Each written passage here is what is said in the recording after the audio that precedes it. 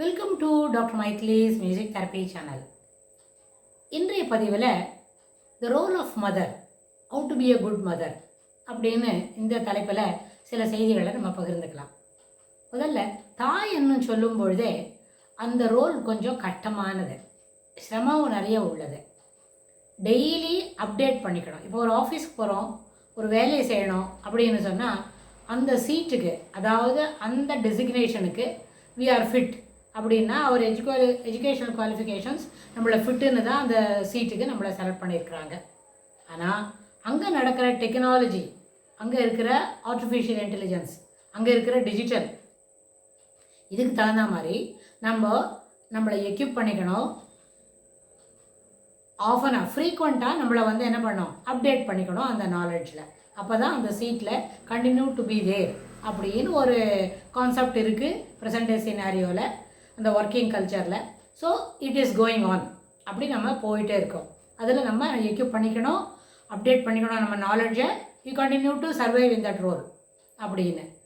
அதை காட்டிலும் ஒரு டஃப்பு, இன்னும் கொஞ்சம் சிரமம் அதிகமாக இருக்கிற ஒரு வேலை தான் அம்மாவோட ரோல். ஆனால் அம்மாவோட ரோல் வேலையில் சேர்த்திக்க இல்லை. It is not a profession, it is a maternal instinct.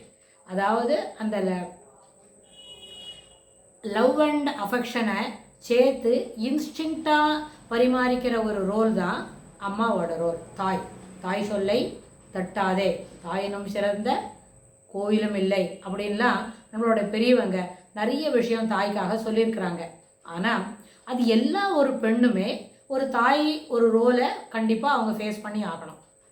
ஒரு சின்ன குழந்தையாக இருப்பாங்க, 5 வயசில் இருக்கும், 10 வயசு இருக்கும், 10-12 வரும்போது பேதைன்னு சொன்னால் அப்போ தான் அவங்க பிபர்ட்டி அட்டன் பண்ணியிருப்பாங்க. அப்புறம் எர்லி அடாலசன்ஸ், லேட் அடாலசன்ஸ்னு வரும்போது ஒரு 25+ ஆன உடனே அவங்களுக்கு வெட்லாக்குள்ளே வருவாங்க.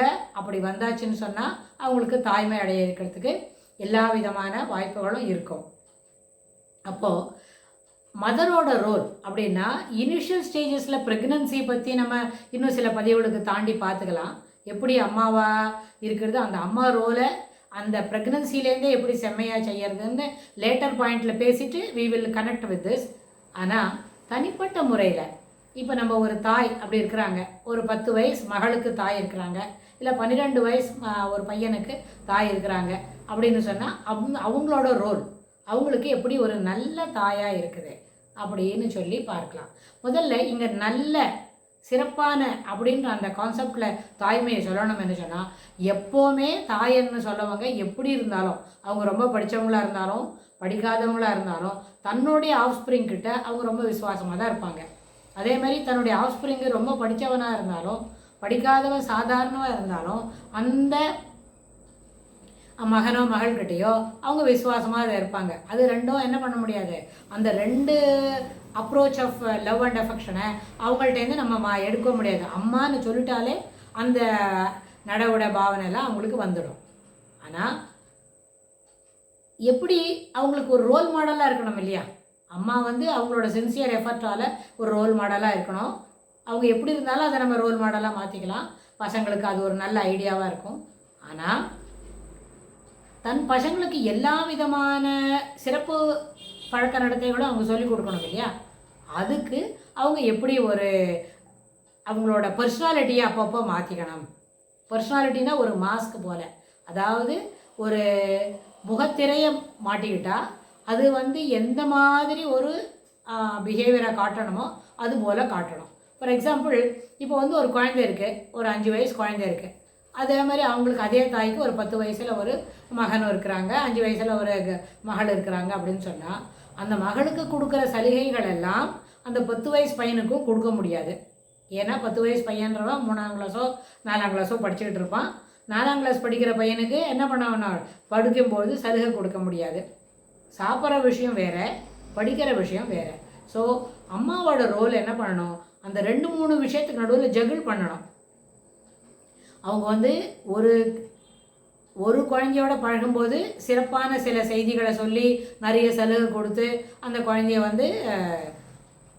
மேலே கூப்பிட்டுக்கிட்டு வராங்க, நல்ல நல்ல பழக்க வழக்கங்களை சொல்லி கொடுக்குறாங்க. அப்படின்னா ஒரு 10 வயசு தாண்டின பையனோ பொண்ணோ இருக்கிறாங்க, மகனோ மகளோன்னு சொன்னால் அவங்கள்ட்ட நடந்துக்கிற விதம் வேறு மாதிரி இருக்கணும். ஏன்னா கண்டிப்பும் சேர்ந்த தாய்மை தான் சிறப்பான பிரஜைகளை உருவாக்கும். முதல் விஷயத்த மனசில் வாங்கணும். கண்டிப்புன்னு சொன்னால் எது சரியான விஷயமோ அதை செய்யறதுக்கு அவங்களுக்கு ஊக்கப்படுத்தணும்.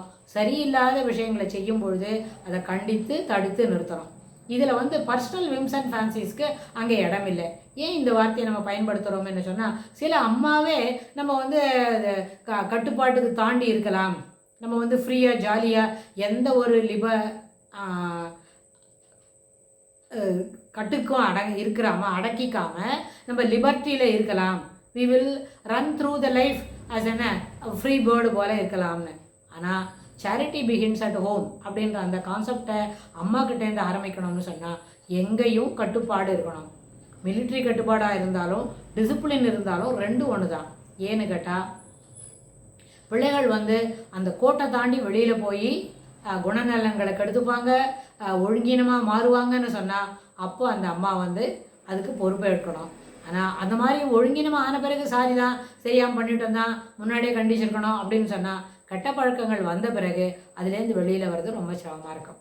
அதனால் எந்த விதமான பசங்களுக்கு எந்த விதமான கெட்ட பழக்கமும் வராமல் எப்போவுமே நல்ல பழக்கங்கள் மட்டுமே எக்ஸ்போஷர் பண்ணி கொடுத்துட்டு, கெட்ட பழக்கங்கள் வரும்னு சொல்லும்பொழுது தேவையில்லாத பழக்கங்களை கண்டிப்பாக டிலீட் பண்ணிடணும் லைஃப்லேருந்துன்னு அதில் ரொம்ப அவங்க கண்டிப்பாக இருக்கணும். அதில் அவங்க தன் பிள்ளைங்கள்கிட்ட சிறப்பான ஒரு முடிவு எடுக்கிற அளவுக்கு அவங்கள தன்னை மாற்றிக்கணும். அதனால் அம்மானா அன்பு தான் காட்டுவாங்க, கோவிக்க மாட்டாங்கன்னு இல்லை. அம்மா அன்பும் காட்டுவாங்க, கோவிக்கவும் கோவிப்பாங்க. அவங்க சரியானதை செய்தால் அப்ரிஷியேட் பண்ணுவாங்க, கொண்டாடுவாங்க, புது சொக்கா துணிமணிலாம் வாங்கி தருவாங்க. ஆனால் சரியில்லாத வேலையை செய்தால் அது அந்த தாய்க்கு பிடிக்காது. ஆனால் அந்த தாயே தன்னுடைய டிசிப்ளின்டு மைண்ட் செட்டில் இருக்கும்பொழுது இது அத்தனையும் செய்யணும்.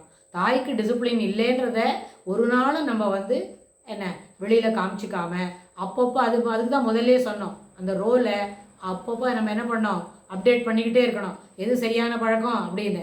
சில நாளுக்கு முன்னாடி சில பழக்கங்கள் நிறைய ஈஸி கோயிங்காக இருந்தோம்னு சொன்னால், ஒரு வயசு தாண்டின பிறகு ஈஸி கோயிங் இல்லை, எல்லாமே கர்ட்ரைல்டு ஆக்டிவிட்டீஸாக தான் இருக்கணும். That should be trimmed at initial stages அப்படின்றத பிள்ளைங்களுக்கு சொல்லிக் கொடுக்கணும், புரியவும் வைக்கணும், ரெண்டுமே செய்யணும். ஏன்னா இது அப்பாவுக்கு பிடிக்காது, தாத்தாவுக்கு பிடிக்காது அப்படின்னு இல்லை, அம்மாக்கே இது பிடிக்காது. டிசிப்ளின் இல்லைன்னா அம்மாக்கே பிடிக்காது. ஆனால் டிசிப்ளின் இல்லைன்னு ஒரு 5 வயசு குழந்தைகிட்ட சாதாரணமாக இருக்கலாம். ஆனால் 12 வயசு பையன் வந்தாக்க அதுங்கிட்ட டிசிப்ளின் இல்லைன்னா இவ சப்போஸ் ஷோ யுவர் நம்மளோட ஸ்ட்ராங் ஸ்டெப்பை அதுக்கு காட்டணும், அந்த குழந்தைகளுக்கு காட்டணும் அப்படின்னு. தாய் என்ன சொன்னால், இது எல்லாத்தையுமே அவங்க சிறப்பாக செய்யணும். எனக்கு தெரியலையே அப்படின்னு சொன்னால், படிக்கிற விஷயத்தில் தெரியலேன்னு சொன்னால் சப்ஸ்டிடியூட் வச்சுக்கலாம். We can go for tuition teacher வச்சுக்கலாம். ஆனால் தாய் தன்னுடைய பசங்களுக்கு நல்ல பழக்க வழக்கங்களை சொல்லி கொடுக்கலன்னா அதுக்கு என்ன பண்ண முடியாது, சப்ஸ்டிடியூட் வச்சுக்க முடியாது. We cannot ask someone else to do the mother's role. ஏன்னா அது ரொம்ப கஷ்டமானது. அம்மா தான் அந்த வேலையை செய்யணும். ஆனால் அவங்க என்ன பண்ணணும், எப்போவுமே எக்யூப் பண்ணிக்கணும். அடுத்தடுத்து என்ன செய்யணும், பசங்க அடோலசன்ஸ்க்கு வந்துட்டா ரொம்ப அவங்களோட நீட்ஸ் தேவையாக இருக்குமே, வி ஆர் சப்போஸ் டு நம்மளுக்கு அதை முதல்ல தெரிஞ்சிடணும் அப்படின்னு நம்மளுக்கு புரிஞ்சுக்கணும். அம்மாவும் தயாராக தான் இருக்கணும். என்னால் இவ்வளோ தான் முடியும் அப்படின்ற அந்த வார்த்தையை அம்மா அவங்களோட டிக்ஷனரியிலேருந்து எடுத்துக்கணும். ஆனால் இப்படியெல்லாம் இருந்து நாளைக்கு நம்ம பிள்ளைங்க ரொம்ப பெரியவங்களாக ஆகிட்டாங்க, ஒரு பெரிய ஐபிஎஸ் அதிகாரி ஆகிட்டாங்க, இல்லைன்னா ஒரு ஐஏஎஸ் அட்மினிஸ்ட்ரேஷன் செக்ஷனில் அவங்கள போல் ஒரு ஐஏஎஸ் கலெக்டரோ ஐஏஎஸ் சீஃப் செக்ரட்டரியோ நம்ம பார்க்க முடியாதுன்னு சொன்னால், அன்று நம்ம அந்த தாயின் உள்ளம் எப்படி பூரிக்கும்ன்றதை அந்த மாதிரி இருக்கிற ஒரு தாய்க்கு தான் அது தெரியும். இன்றைக்கி 5 வயசு குழந்தையாக இருக்கும்பொழுதே அது அந்த கனவு இருக்காது. அதை நம்ம என்ன பண்ண முடியாது, அனுபவித்து பார்க்க முடியாது. ஆனால் எதுக்கு இந்த ஐபிஎஸ் ஐஏஎஸ்ன்னு சொல்கிறேன்னு சொன்னால், இந்த மாதிரி ஒரு பெரிய அளவில் படிக்கணும்னு சொன்னால் பிள்ளைங்களுக்கு நிறைய டிசிப்ளின் இருக்கணும். அதாவது எப்போவுமே மேம்பராக்க அப்படி ஜாலியாக நுனிப்புல் மேய்ஞ்சிட்டு போகிற ஒரு பசு போல் இல்லாமல் தீர ஆற அமர நல்லபடியாக படித்து சிறப்பான குணாதிசயங்களை வளர்த்துக்கிட்டு மனதளவில் டிசிப்ளின், உடலளவில் டிசிப்ளின் ரெண்டுமே இருந்தால் தான் பெரிய பெரிய படிப்புகளெல்லாம் படிக்க முடியும் அப்படின்றது தாய் தன் மக்களுக்கு எடுத்து சொல்லித்தான் ஆகணும். அவங்களும் அதை கடைப்பிடிக்கணும், அந்த பிள்ளைங்களுக்கு சொல்லணும். இதுக்கு மேலே இன்னும் சிறப்பாக நிறைய செய்திகள் இது இருக்குது, how to be a good mother அப்படின்னு. அந்த குட் மதரை எங்கெல்லாம் நம்ம வந்து புகுத்தி வகுப்பறையில் பார்க்கலாம், அப்புறம் படிக்கும்பொழுது பார்க்கலாம், அப்புறம் மேலே மேலே தன்னுடைய குணாதிசயங்களை வளர்த்துக்கும் போது பார்க்கலாம். அந்த டிசிப்ளின்ற வார்த்தையை தானும் அனுசரித்து தன் மக்களுக்கும் அனுசரிக்கணும்னு எல்லா தாய்மார்களையும் சிறப்பாக கேட்டுக்கிறேன். தேங்க்ஸ் ஃபார் வாட்சிங்.